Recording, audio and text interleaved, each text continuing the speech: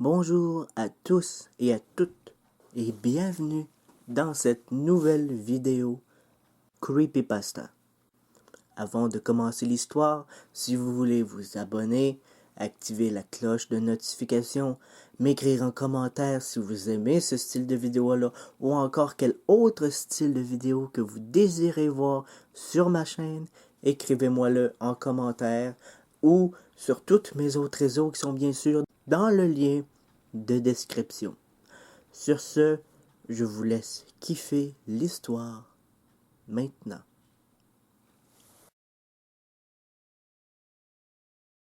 Qui d'entre vous ont entendu parler de Lucky Field? Personne? Eh bien, laissez-moi vous en raconter un peu plus sur Lucky Field. Lucky Field est une petite impasse d'environ une dizaine de maisons. C'est un très très beau quartier, idéal pour élever des enfants. Il y a des jardins, des parcs, très lumineux pendant la journée.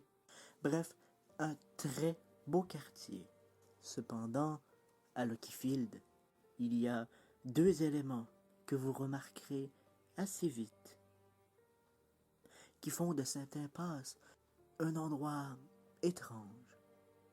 Le premier est que tous les habitants de cette petite localité sont extrêmement chanceux, allant de la chance la plus basique à la chance la plus extrême, tel Monsieur Delalande, qui s'était installé là avec sa famille et qui avait gagné en un mois 2 fois le million à la loto. Bref, comme je le disais, tous les habitants de cette petite localité sont extrêmement chanceux. Et ce, à une condition: ne jamais regarder le sifflement.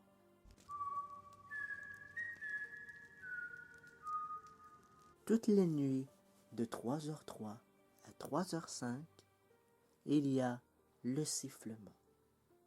Débutant à 3h03 au bout de la rue, finissant à peine 2 minutes après sur un mur à la fin de la rue.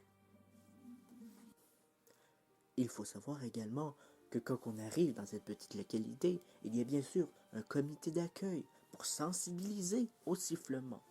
Bien sûr, beaucoup au début trouvent ça très tordu, mais ils changent rapidement d'avis. Pourquoi?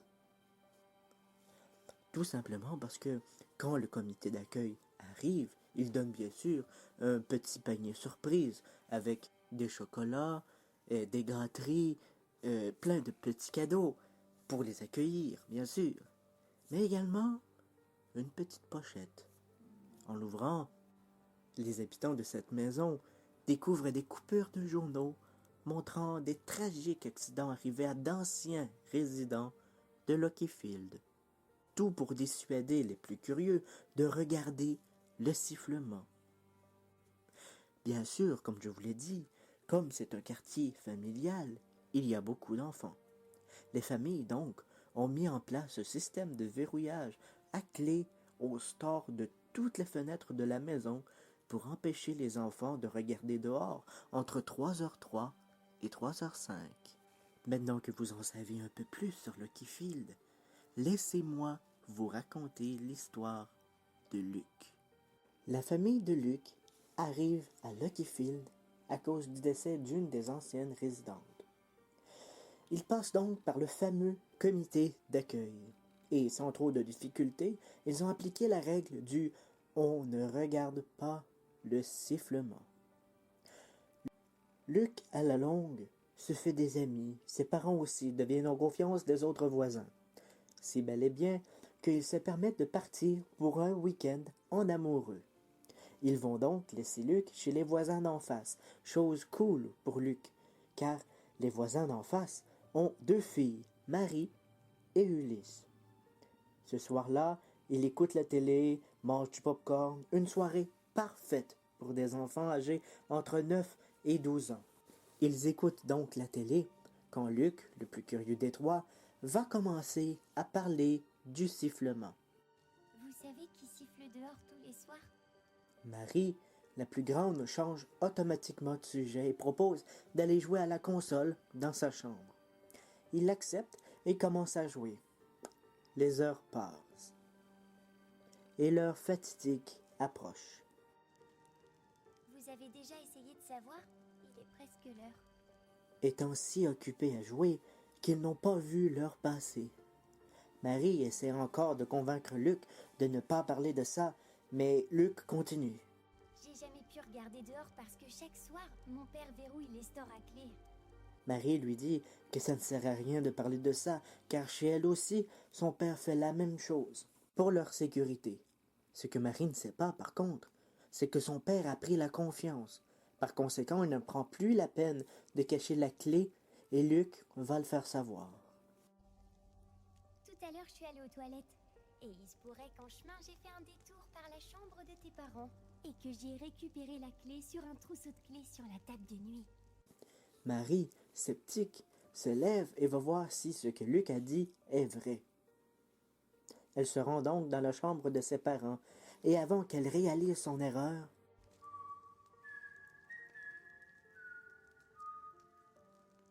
« 3h03, le sifflement se fait entendre.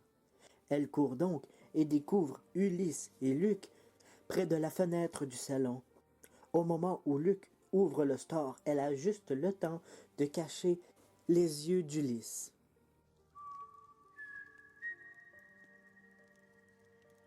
Un long silence se fait entendre. Luc est tétanisé. Après plusieurs secondes, Marie tente de la fermer à l'aveuglette. Au contact de ses doigts et de la fenêtre, ses doigts sont gelés. Elle réussit à la fermer, espérant que Luc n'ait pas fait l'erreur de regarder. Elle lui demande si tout va bien. Les parents, réveillés par les cris, courent jusqu'au salon. En arrivant, ils se rendent compte de ce qui s'est passé. Ils demandent donc à leur fille si elle a vu quelque chose. Marie répond que non. Il n'eut pas le temps de poser la question à Luc. Quelqu'un frappe à la porte d'entrée. S'il vous plaît, n'ouvrez pas la porte. Luc ordonne aux parents, d'une voix qui n'est pas du tout la sienne habituellement, de ne surtout pas ouvrir la porte. Les toc-toc continuent jusqu'à ce que la femme dise à son mari « Appelle la police. » Tout le monde est figé, personne n'ose bouger. À peine le père eut le temps de sortir de sa peur qu'il entendit une voix venant de la porte d'entrée. « Police. Police. Police. » La voix ressemblait comme 2 gouttes d'eau à celle de sa femme. Mais c'était impossible, puisque sa femme était à côté de lui. Les toc-toc continuent, mais cette fois venant de tout autour de la maison. Après plusieurs minutes, Arrête, je te promets que je ne dirai rien à personne sur ce que j'ai vu. S'il te plaît, pars. c'est la 2e fois que Luc parle depuis qu'il a vu ce qui se trouve à l'extérieur. Aussitôt la phrase dite, aussitôt les bruits cessent. Cette nuit-là, plus un seul bruit ne se fera entendre. Et vous vous en doutez, personne n'a dormi. Le lendemain, personne ne réalise encore ce qui s'est passé cette nuit. Et tout le monde est dans le déni. Personne ne veut croire que ce qui est arrivé est réellement arrivé. Et pourtant, c'est bien ce qui s'est passé. Ils décident donc de ne rien dire à personne et rendent Luc à ses parents comme convenu cette journée-là. Quelques semaines plus tard, en bas de la maison de Luc, se trouve un camion de déménagement.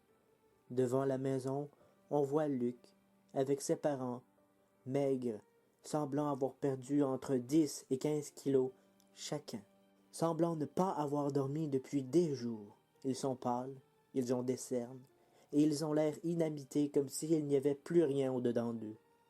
Luc et sa famille sont partis ce jour-là, et plus personne n'a entendu parler d'eux.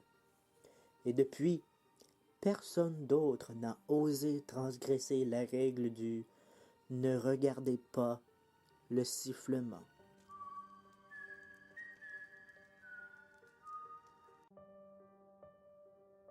C'est déjà la fin de la vidéo. J'espère que cette petite histoire vous a plu. Si c'est le cas, vous pouvez me l'écrire en commentaire. Et nous, on se retrouve pour une prochaine vidéo bientôt.